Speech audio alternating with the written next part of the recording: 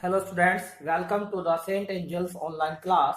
So today we are here with a new video of class 9th, that is for chapter number 2, that is force and the laws of motion, that subject physics. So in last video we have discussed about the Newton's third law of motion and its various applications. तो बच्चों हमने last video में Newton का third law जो कि to every action there is equal and opposite reaction होता है उसकी एप्लीकेशंस भी हमने देख ली थी। अब हम इस चैप्टर नंबर 2 का लास्ट टॉपिक है that is law of conservation of momentum. That's very important topic. तो ये है क्या?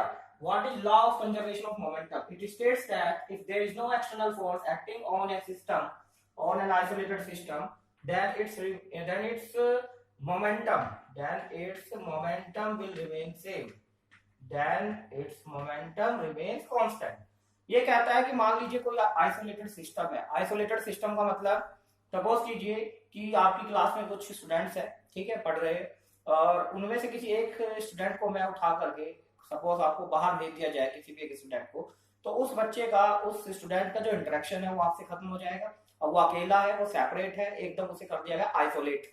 आइसोलेट का मतलब जो बिल्कुल अकेला हो, एकदम इनफाइनाइट डिस्टेंस पर किसी को ले गए हो और उसके आसपास कोई दूसरा ऑब्जेक्ट ना हो, कोई दूसरा ऑब्जेक्ट या कोई बॉडी ऑब्जेक्ट ना हो, ठीक है। तो that is called isolated system. वो एक ऑब्जेक्ट भी हो सकता है, वो दो या तीन भी हो, कितने भी हो सकते हैं। तो आइसोलेट हो गए, इसका मतलब बाकी सबसे अलग हो गए, ठीक है, बाकी किसी का इफेक्ट उसके ऊपर नहीं होगा। That is isolated system. तो ये कहता है कि अगर किसी आइसोलेटेड सिस्टम पे नेट एक्सटर्नल फोर्स, कोई बाहर से एक्सटर्नल फोर्स नहीं लग रहा, वो अगर जीरो है, तो उस आइसोलेटेड सिस्टम का जो भी मोमेंटम होगा उस समय वही कुछ समय के बाद भी रहेगा। इसका मतलब उसका मोमेंटम चेंज नहीं होगा। The momentum of that isolated system will remain same और इट विल रिमेन कांस्टेंट और इट विल बी कंजर्व्ड, ये भी हम कह सकते हैं, ठीक है। तो आइसोलेटेड सिस्टम आपको समझ में आ गया होगा कि आइसोलेटेड सिस्टम में हम जब कोई ऑब्जेक्ट को, या एक से ज्यादा भी हो सकते हैं, उनको बहुत दूर ले जाते हैं, बाकी सबसे अलग ले जाते हैं, सबके इफेक्ट से दूर, तो उस पर कोई एक्सटर्नल फोर्स हम नहीं लगा रहे, तो भले इसके अंदर इंटरनल फोर्स लगे। मान लीजिए आपने एक ऐसा आइसोलेटेड सिस्टम लिया जिसके अंदर दो ऑब्जेक्ट थे, वो एक दूसरे के ऊपर फोर्स लगा रहे हैं, लेकिन आपने उसे कंसिडर कर लिया उन दोनों को सिस्टम, अपना आइसोलेटेड सिस्टम। तो अंदर लगने वाले वे फोर्सेस जो होंगे, जो एक दूसरे के ऊपर वे लगाएंगे, तो विद इन द सिस्टम जो भी फोर्स लगेंगे वो एक्सटर्नल नहीं माने जाएंगे, वो इंटरनल फोर्स है, ठीक है। तो वो इंटरनल फोर्स की कोई वैलिडिटी नहीं है in law of conservation of momentum. Law of conservation of momentum केवल और केवल external force acting on the system क्या है उसके लिए है, बस इंटरनल फोर्सेस का कोई लेना देना नहीं है, चाहे लग रहे हो या ना लग रहे हो, ठीक है। तो क्या होगा कि जब किसी आइसोलेटेड सिस्टम पे एक्सटर्नल फोर्स एक्टिंग क्या है, जीरो हो जाएगा, तो उसका जो मोमेंटम है इनिशियली वही फाइनल भी होगा, यानी उसका मोमेंटम चेंज नहीं होगा, it's momentum will remain same और कांस्टेंट। लो लेट अस सी, हमने न्यूटन की third second law of motion में पढ़ा था कि force acting, external force acting on a body is given by rate of change of momentum, change in momentum upon change in time, that is जिसे कहते हैं rate of change of momentum, change in momentum of body in 1 second. एक second में body के momentum में कितना change हुआ है, that is change in momentum per second, तो that is equals to force applied. अगर ये एक्सटर्नल फोर्स उस सिस्टम पे जो लग रहा है वो जीरो है, जैसा कि हमने डेफिनेशन में माना, तो क्या होगा, तो एक्सटर्नल फोर्स की वैल्यू जीरो रखेंगे यहाँ पे, तो zero equals to dp by dt, zero equals to dp by dt, ठीक है ना। क्रॉस मल्टीप्लाई करेंगे, उसके बाद क्या होगा, चेंज इन मोमेंटम, ये this multiply by this that is zero, तो dp equals to zero, that is dp का मतलब यहाँ पर है change in momentum, change in momentum, dp means change in momentum, ये जीरो होगा। तो चेंज इन मोमेंटम को हम कैसे निकालते हैं, final momentum pf minus initial momentum. तो अब चेंज इन मोमेंटम अगर जीरो है तो इसका मतलब क्या होगा, चेंज, इसका मतलब ये है कि जो मोमेंटम है, मोमेंटम हम p से सिंबल को रिप्रेजेंट करते हैं, तो मोमेंटम का जो सिंबल है वो क्या है, p, तो मोमेंटम विल रिमेन कांस्टेंट, इसका मतलब मोमेंटम चेंज नहीं हो रहा। अगर चेंज इन मोमेंटम जीरो है तो दैट मींस मोमेंटम चेंज नहीं हो रहा, यानी momentum is constant, that is final momentum of the body will be equals to initial momentum of the body. तो बॉडी का जो मोमेंटम है इनिशियल और फाइनल दोनों सेम रहेंगे, there will be no change in the momentum. और यही क्या कहता है, law of conservation of momentum. कब, जब external force acting on that isolated system is zero, तब ये चेंज इन मोमेंटम जीरो आता है, यानी इसका बॉडी का मोमेंटम या सिस्टम का मोमेंटम कांस्टेंट रहता है, ठीक है। नाउ अब हम एक डेरिवेशन करने जा रहे हैं यहाँ पे, जो कि बहुत ही इंपॉर्टेंट है, that is the derivation of recoil velocity of gun.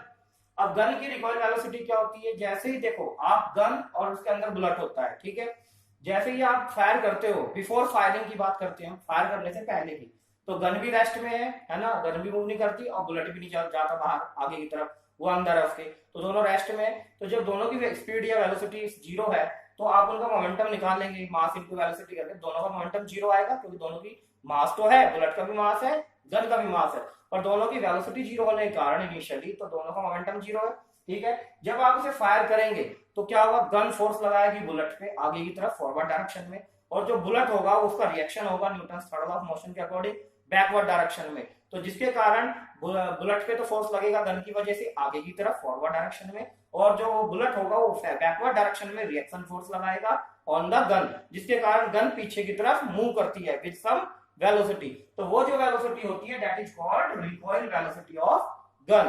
तो उसी रिकॉइल वेलोसिटी ऑफ गन के लिए हम यहाँ डेरिवेशन करने जा रहे हैं, बहुत ही सिंपल सा डेरिवेशन है। तो let us see what is that. Suppose कि ये कैपिटल एम, ये जो मास है गन का, mass of the gun, and small M it is the mass of bullet, ठीक। Now V G is the recoil velocity of gun जो हमें calculate करनी है, V G is the recoil velocity of gun, gun कितनी speed से पीछे की तरफ बैकवर्ड डायरेक्शन में मूव करती है when the bullet is fired, ठीक है। वीबी क्या है, वीबी मींस वेलोसिटी ऑफ बुलेट, ये बुलेट की वेलोसिटी है, ठीक। तो अब देखिए, क्योंकि जो अब हमारा सिस्टम है, सबसे पहले हमें इसमें सिस्टम चूज करना पड़ेगा, क्या है हमारा, तो bullet plus gun, bullet plus gun, ये दोनों हमारा क्या है, दिस इज आवर सिस्टम। तो बुलेट प्लस गन हमारा सिस्टम है। अब इस सिस्टम पे देखिए एक्सटर्नल कोई फोर्स नहीं लग रहा, क्योंकि ये इंटरनल फोर्स है। बुलेट पे कौन फोर्स लगाएगा, गन, और गन पे कौन फोर्स लगाएगा, reaction force, bullet, equal and opposite direction में, लेकिन पे इंटरनल फोर्सेस है, क्योंकि ये दोनों हमारे सिस्टम है, इसके बाहर से कोई दूसरा फोर्स नहीं लग रहा है, ये एक दूसरे के ऊपर फोर्स लगा रहे, तो ये इंटरनल फोर्स हुए। Since there is no external force acting on the system, जो कि सिस्टम हमारा बुलेट और गन का है, ठीक है, तो इसका मोमेंटम क्या रहेगा, कांस्टेंट रहेगा, initial equals to final momentum, है ना। तो यही हमें अप्लाई करना है, since no external force is acting on the system, so initial momentum that is equals to final momentum of the bullet plus gun system, ठीक है। तो इस सिस्टम का बुलेट प्लस गन जो हमारा सिस्टम है, initial momentum will be equals to final momentum. अब आप यहाँ देखिए, इनिशियल मोमेंटम निकालेंगे पहले दोनों का, बुलेट का प्लस गन का, और उसको इक्वेट कर देंगे किसके साथ, इक्वल टू पुट कर देंगे किसके साथ, final momentum of bullet plus gun, ठीक है। तो आप देखिए इनिशियल मोमेंटम हम निकालते हैं किसका, गन का, तो mass of the gun into velocity zero है, प्लस इनिशियल मोमेंटम निकालते हैं बुलेट का, mass of the bullet into velocity of bullet जो कि जीरो है, ठीक है। तो ये इनिशियल मोमेंटम जीरो आया, बुलेट प्लस गन दोनों पूरे सिस्टम का, that is equals to final momentum देखते हैं, फायरिंग करने के बाद दोनों मूव करेंगे, बुलेट आगे और गन पीछे की तरफ, तो मास ऑफ द गन, ठीक है। अब ये recoil velocity of the gun है जो हमें कैलकुलेट करनी है, plus mass of the bullet, this is the velocity of bullet V B, ठीक है। Now that is equals to zero, ये इनिशियल मोमेंटम दोनों का जीरो है, that is equals to final momentum of the system, ये आ गया mvb का mvb, तो उठा के इधर ले आए, ये प्लस से माइनस में हो जाएगा, minus mvg equals to mvb, यहाँ से vg की वैल्यू कैलकुलेट करेंगे, तो vg will be equals to minus mvb upon capital में m, ये माइनस इधर चला जाएगा, ठीक है। तो this is the formula for recoil velocity of gun. तो यहाँ पे देखिए जो रिकॉइल वेलोसिटी आ रही है वो माइनस साइन क्यों आ रहा है यहाँ पर, ये माइनस साइन ये इंडिकेट करता है कि अगर velocity of bullet forward direction में है तो रिकॉइल वेलोसिटी ऑफ गन कहाँ होगी, बैकवर्ड डायरेक्शन में, इन द अपोजिट डायरेक्शन, तो ये हमें इंडिकेट करता है माइनस साइन। तो this is the recoil velocity of gun and this is the expression for the recoil velocity of gun. ऐसे ही law of conservation of momentum की और भी एप्लीकेशन है, ये इसकी फर्स्ट एप्लीकेशन थी रिकॉइल वेलोसिटी ऑफ गन।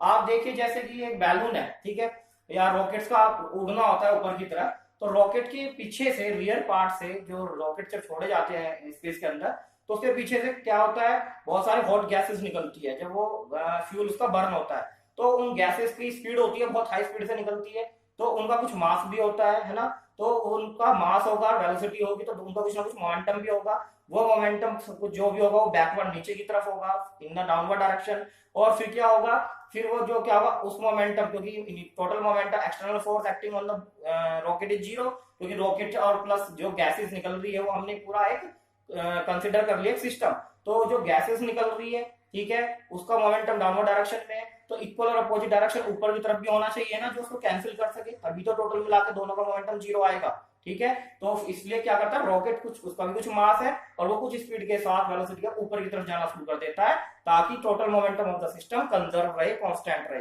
ठीक है। तो this is the another application. So I hope you understood it. So this is the end of chapter 2। We will see some numericals after this video based on the law of conservation of momentum.